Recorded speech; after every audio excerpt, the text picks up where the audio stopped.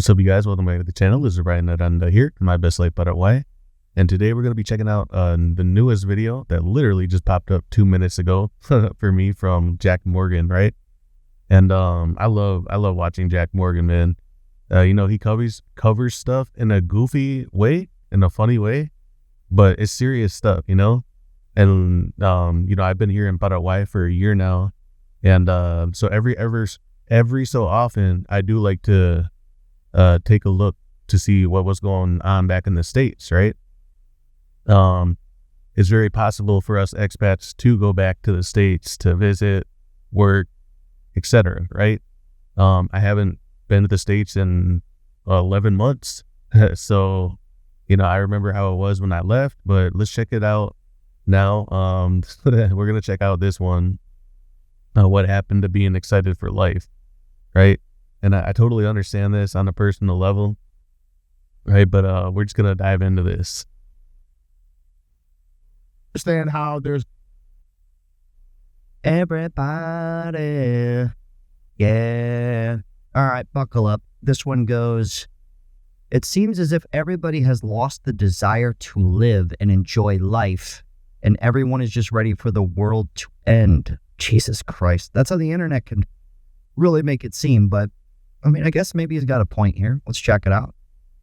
Have y'all noticed that back in the day, everyone had a desire to live? Like everyone had this desire, I can't wait to go live my life and live YOLO, all these different things. And nowadays, everyone's just like, I hope a meteor comes to Earth and just destroy everything. Everyone has a desire to die now. No one really wants to live anymore. Everyone makes a joke about how the world is ending and how they can't wait for it to happen. How do we go from everyone wanting to live, we're going to live while we're young, tonight the night is still young? We went from that generation to where everyone was flowing with life. Now it seems like everyone is flowing with death. There's zero desire to live. There's zero desire to go out and experience the world anymore because there have been limitations put on us. The world has been brought down into a lot of sorrow and sadness, and things are just completely unattainable nowadays. You basically literally work till you die, and there's nothing to show for it. You mean something that the life expectancy is going down, but the retirement age is going up. Make it make sense. I will never understand how He's got a good point on that one.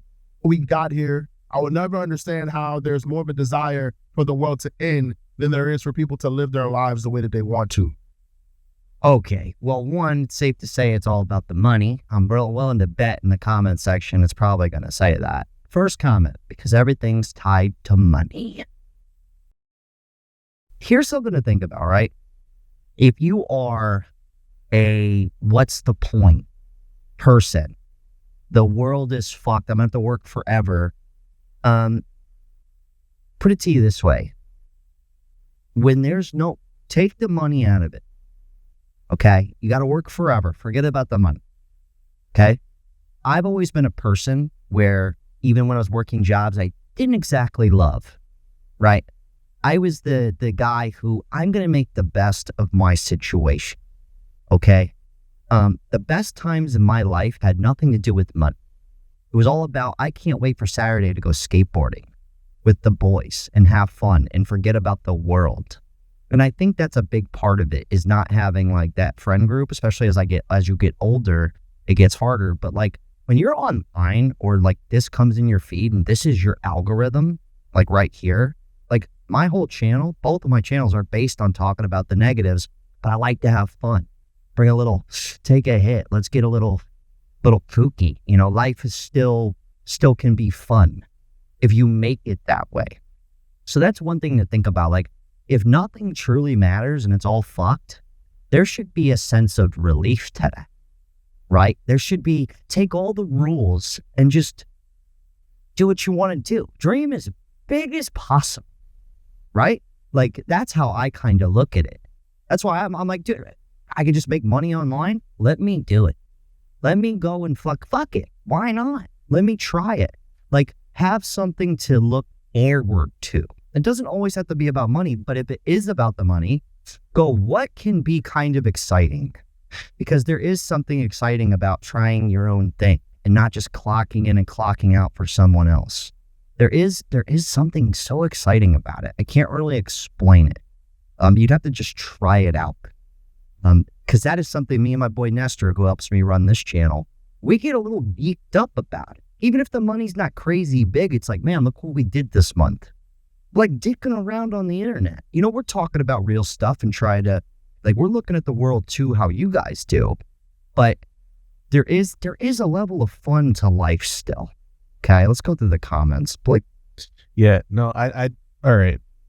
I understand where dude's coming from TikTok, right? That things do look gloomy, right? They for sure look gloomy. And that's one thing I will say though, that's the biggest, I think, difference between millennials and Gen Z. You know, us millennials, we have a lot of the same issues as Gen Z, right? Very extremely similar, right? When it comes to economics, and we're actually older, so it's more of a what am I trying to say? It's more immediate for us to figure out our next steps faster than Gen Z, right? Again, I'm not trying to take away from it, but Gen Z is younger, so you have more time to figure stuff out, right? If you're in your early 20s, etc. Like, to give up in your early 20s, like, Jesus Christ, man. And you got to remember, us millennials remember, well, most of us were graduating high school when the recession hit, but we've seen this too play out. You know, so I get it, right? We totally get it.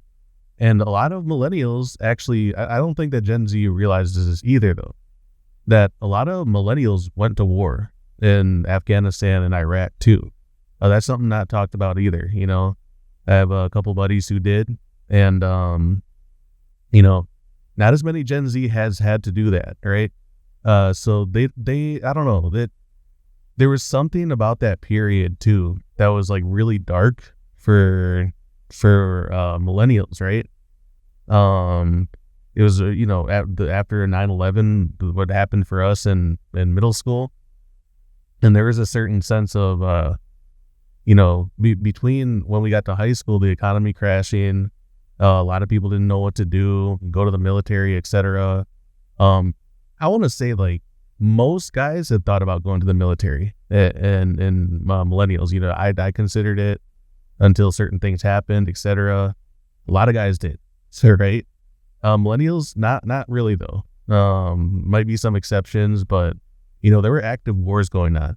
I know that was a huge tangent, but you know, there are certain things that were really bleak, right? And you know, and then there were more horrific wars too for past generations as well. You know, Vietnam, all that.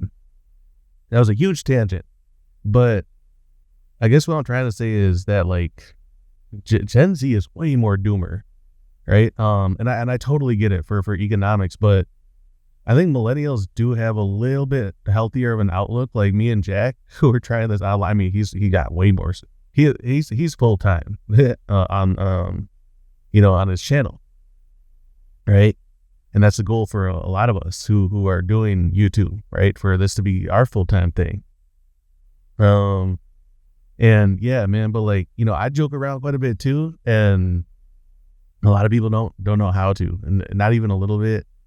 And yeah, I totally understand where Jack's coming from, and that's another thing too. We are the last generation, millennials. I'm about Jack's age. You know, that knew what a healthy childhood was without the internet. That really came into play in our late high school years, and college, right? But even then, it was still tempered. So, you know, we're the last generation that got to see what a healthy upbringing was. You know, not everybody, but a good majority of us, right? But you know, what the last thing that he was saying too is that if you're a fucking TikToker and you're following TikTok, man, I'm telling you, that shit rots your brain. I know Jack brings up clips for his channel so he can react on, but he doesn't internalize it. Like a lot of Gen Z internalizes the shit out of these 30-second clips on TikTok and go, well, let's just give up. You know? And I'm over here like, look, man, you can plan for the future. Yeah, I mean, you already know my fucking solution. You can plan for the future. It just needs to be abroad. It needs to be in a lower cost of living country. You know? And that's so beyond some Gen Z that they'll just never ever. I mean, it's so beyond anybody of any age. Beyond besides you fine folks. But nah, it's so true though. Like there are solutions, long-term solutions. I know they take a long fucking time to play out, right? Years. When it comes to residency, moving abroad, all that stuff. I know it takes a long time to play out, but why not get on the journey to do that now? You understand all this doomsday stuff? That's all like European and American and North American mindset, man. And other countries too. How don't you like dream big? Dream of coming to South America. Shit, I mean, the last 2 world wars, like this is where everybody wanted to fucking come during and after. You know what I mean? So again, that's a huge rant on my end, but there are a lot of complaining Gen Z, right? And yes, I understand your dollar ain't worth shit. I get it. I totally get it. Life looks extremely bleak in America. But if that's your mindset is, oh, I'm just going to play the American game till I die. Well, why ain't you following channels like mine who you can at least see that, yeah, you ain't going to live the most glamorous life, maybe on rooftops, but you can get a duplex like I did for under $400 a month, Yes, again, I understand there's steps to take and all this stuff, but come on, get on the ball. At least get residency in your back pocket. Have it as a plan B so you stop worrying about saving so much for retirement, if that's even in your plans. That's a lot. Okay, I'm saying a lot, but the last thing that I'll say is you have to have a mind set shift, right? So, for example, a lot of baby boomers and their mind for retirement is, and a lot of them are doing this, they're traveling all over the world, right? Because they have the ability to. Me, that's in my mind, that's an extreme luxury if everything works out amazingly, right? And again, I already am over in the country where I want to be, right? So it doesn't really play out in my mind because I already am where I want to be, right? But yes, would I like to travel the world in my later years? Yeah, but I also want to do it way earlier than that, and for this channel too.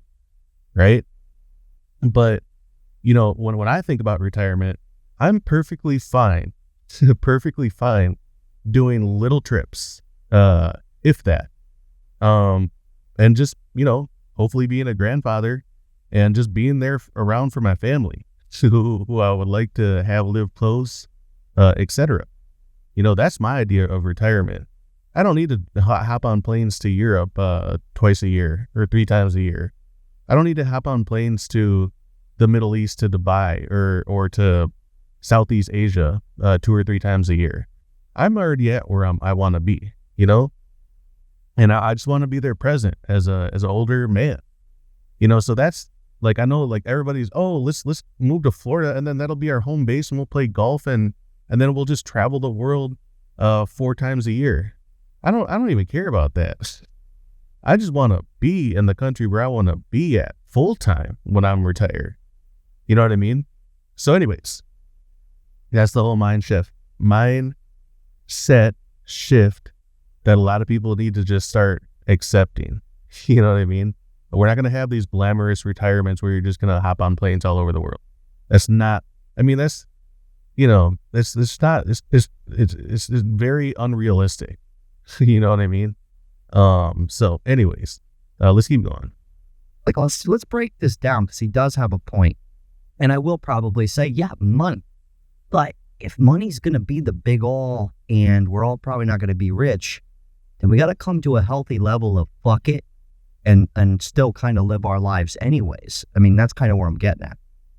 That's because paying to live, it's not living, it's suffering. Okay, if you're in America, I highly doubt most people are suffering. I mean, I'm around town a lot, dude, okay? If the Mexicans where I live and the Haitians I live can figure it out, yeah, I think we can do it too. Okay, it's all changed after 2020. That one I will say yes. It feels like we're not allowed to live really. No, dude, I'm seeing 2 different things. I'm chronically online for my job more than I would like to be. Jesus Christ. But when I'm out in the world, it's almost the opposite of what this guy is saying. I'm serious. Go ahead, go downtown, go somewhere. Try not to spend too much money if that's what you're concerned about. I promise you, if you go out on a Friday night to a downtown area, it'll be almost the opposite of what this gentleman has said. I promise you. I'm out and about. I like to get around. I low-key... Yeah, that's another thing. Gen Z is chronically online. Well, a lot of millennials are too. But Gen Z is for sure. Right, and they forget that there is a real world out there, and it's uncomfortable, right? There's a lot of weird shit going on in America, right? It's much more pleasant to do what Jack just said in Paraguay and in Latin America, right? Either do free stuff or very inexpensive stuff. Hell, even heading to concerts, full-blown concerts is like $20 or less. And then beers are incredibly cheap. That's just one example. But yeah, I mean, it's, and those are concerts, right?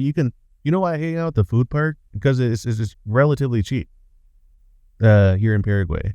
And it's outdoors, right? It's not free, but it's certainly not like you're going to the club all the time. And I know you guys, if you catch me live, I'm at the food park quite a bit. I was just there for my birthday. So yeah, there actually are things. I know America's way more expensive, Canada's way more expensive, but you got to make an effort to try to find those things and also reconnect with your homies back home. Before I came here, I was barely stepping out. I hated the times we stepped out because it was so fucking expensive. But even then, we were pretty much going to each other's houses. One guy would get a bottle. The next guy gets Coke or juice or whatever the fuck we're mixing that with. Somebody else brings ice. Somebody else brings beer. And then that's our night. You know what I mean? You have to, and you just shoot the shit. Maybe girls come over. Maybe they don't. But, you can't be thinking that you're going to go join the ballers downtown all the time. I mean, that's why you never see me hanging out even in downtown Asunción, like hardly ever. So, it's just, again, it's a mindset shift. So yeah, an expectation shift. Okay. Feel as a millennial, I've been a part of the world ending panics since early 2000. Started with 9/11. They said it was going to be the end in 2012. Anthrax, Ebola, random clown sightings. Hey, that's a good one. Illuminati conspiracies, then COVID. Conspiracies are just fun. Okay. I just look at those as like something fun to talk about. Get a little crazy. Remember that the monkeypox scare? I've been fight and flight for my whole life. Yeah, I think that's kind of how the world's kind of almost always. You know what I mean? Imagine being a young man in the during fucking the Great Depression or something, or like having to go to war, literally. Exactly what I talked about. Like millennials didn't have to deal with that, or even the option, or even military recruiters up in your high school. You know how incredibly goddamn it, influential they were, like especially the young men who did sports and didn't get the best grades. That was incredibly influential for us, right? I had some life circumstances, otherwise I was going to be right there, so I mean, yeah, count your blessings, man. Count your blessings as young people. I know, but then again, you do have more time. Me and Jack are in our mid-30s, right? I just turned 34. I think Jack's 35 or 36. I don't know. But you have more time. Get online. Do something. Fuck it. I have 1.3 thousand subscribers. I want to get to 13,000 and then 130,000 and then more than that. You know what I mean? So have goals, have ambitions, start something now while you have time now, literally to go to war. So I think it's always been that way. I think right now people are kind of, we're in the acceptance period, right? We're in the acceptance period. I look at it like, well, if everything's fucked and doesn't make sense, then I'm just going to I'll just do stuff that doesn't make sense then. Okay, one more thing about the war stuff. Some generations didn't even have a fucking choice, okay? Yeah, back to Vietnam, right? That's my dad's era. You had to go to college to stay the fuck out of war, right? So, again, I know even I will harp on some millennials, right? But, not all of them. Certainly not the fucking veterans who were drafted into Nam, but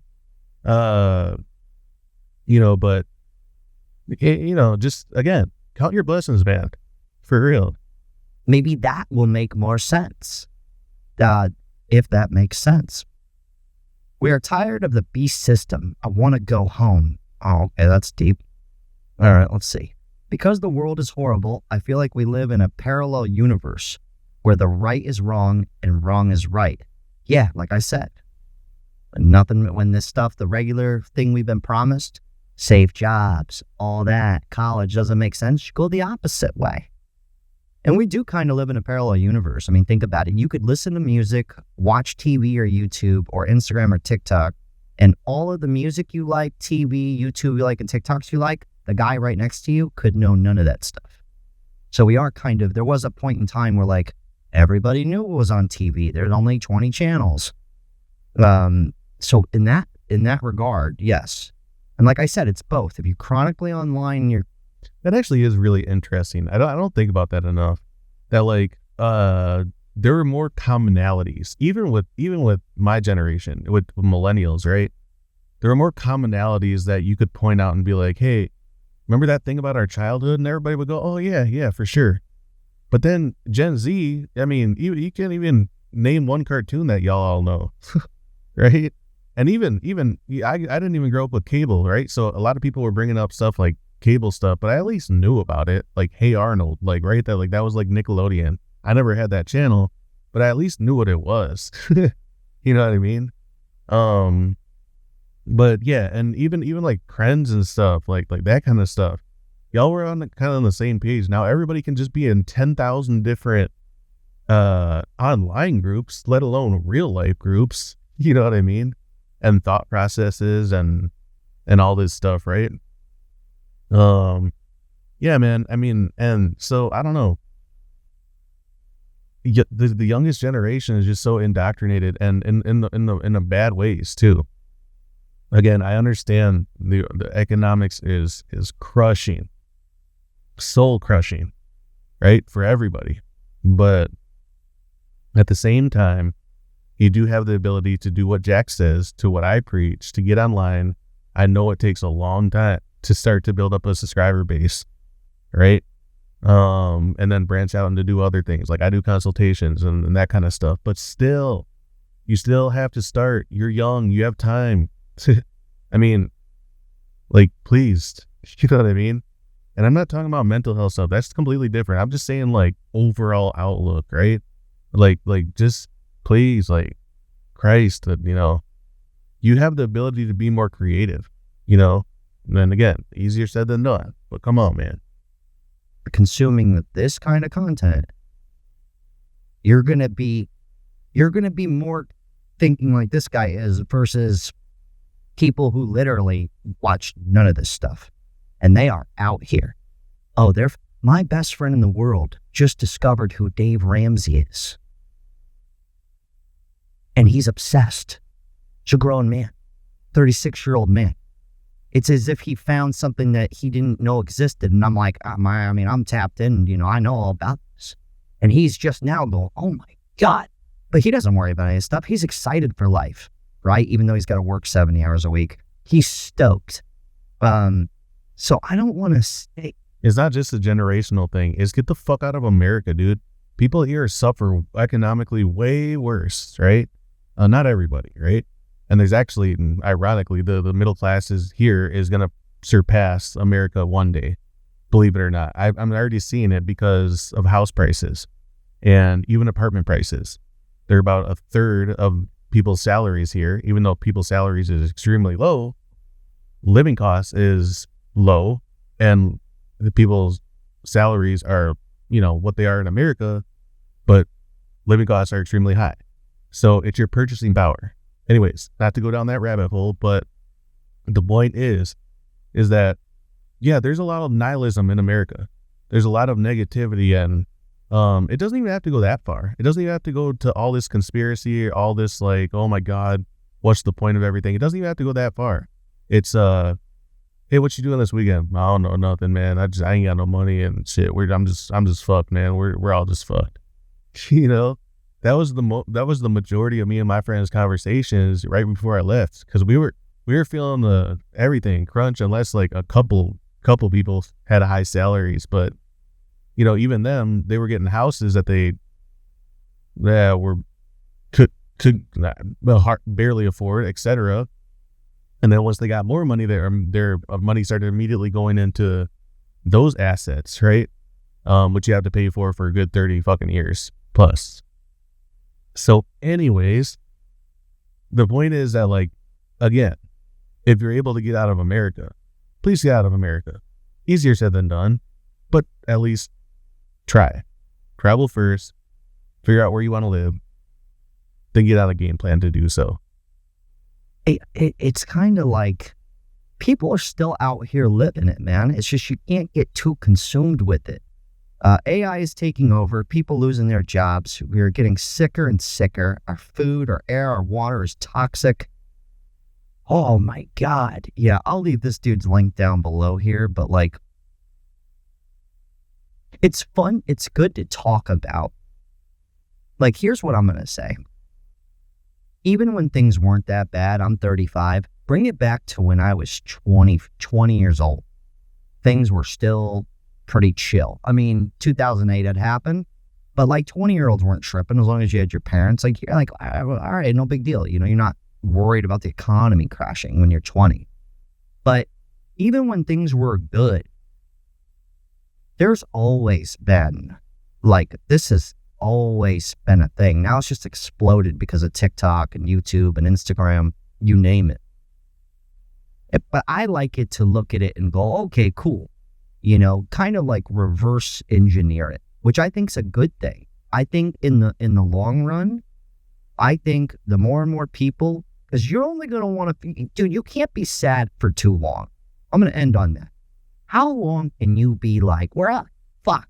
Like, how long can you be sad for? Like, seriously. Like, I'm literally like, I talk about this, and I even talk to my boy Nestor, who works with me. We work together, and I'm like, you know, eventually I'm going to end up doing like totally different shit, because that's where the world's going. It's like, you can't, I don't mean to say like jobs and stuff, but you can only dwell on stuff for so long, or talk about it for so long, until you have to literally just like, all right, I'm getting out of here. And if this is the video for you to watch and hear some stranger on the internet be like, yeah, good, fuck everything.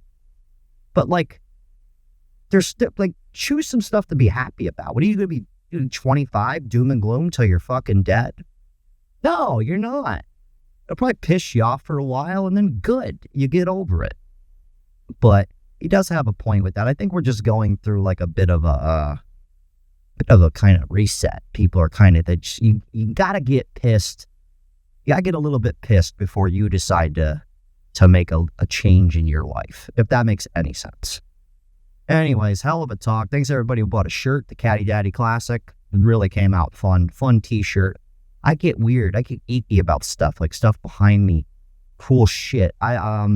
There's always something to get excited about. There really is. Shout out to everybody who bought some gold. I'll leave the link down below. Mailbox Gold, Atlas Bullion. More investing in yourselves for the future. And it's cool. I don't know, gold. You feel like a modern day pirate, you know? Jesus Christ. Unreal. Lighten up. Oh, I love Jack's takes, man. Yeah, no, he's absolutely right. Yeah.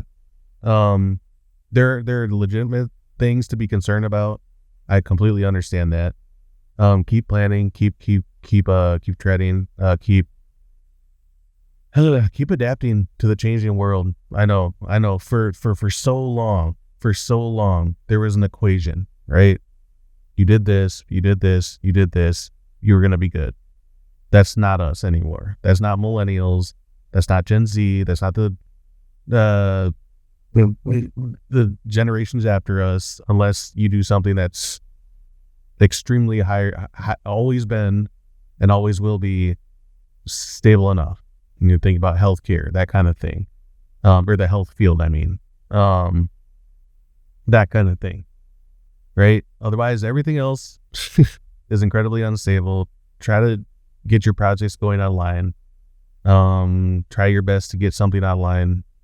Again, easier said than done. Also, make it a point to retire overseas. Get set up with that. Double residencies. You guys know my solutions. Otherwise, Jack's completely right, man. You can't stay in that mindset forever. Whether it's economic, whether it's a breakup, whether you're going through it, right? I know that I talk really openly about the stuff that I'm going through, but I get over it. I don't dwell on it forever, right? In my younger years, yeah, I was I was worse at compartmentalizing a lot of this stuff, right? But once you hit mid-30s, you got to be better at getting over stuff, right? And accepting that things are not fair. That's the biggest thing, man. That's the biggest thing. Yes, should there be more help? Should there be more people willing to help others who are in need? Family helping family, friends helping friends. Not just monetarily, but just like being more supportive, and being there, understanding what you're going through, seeing if they have opportunities for you, etc. But then again, you gotta also set out yourself to pave your own way, because this world is changing faster than for any other generations, older generations, right? We have to adapt to the world faster, and if you don't, then you're gonna be left behind, unfortunately. So, anyways, that's my reaction, I guess, to what happened to being excited for life. Stay excited for life, you guys. Lighten up a little bit. I know it's hard. Come on, man. We fucking have to, you know? Yeah, I'm out too. Brian Aranda, my best life Paraguay. Take care of you guys, and I'll see you in the next. Peace.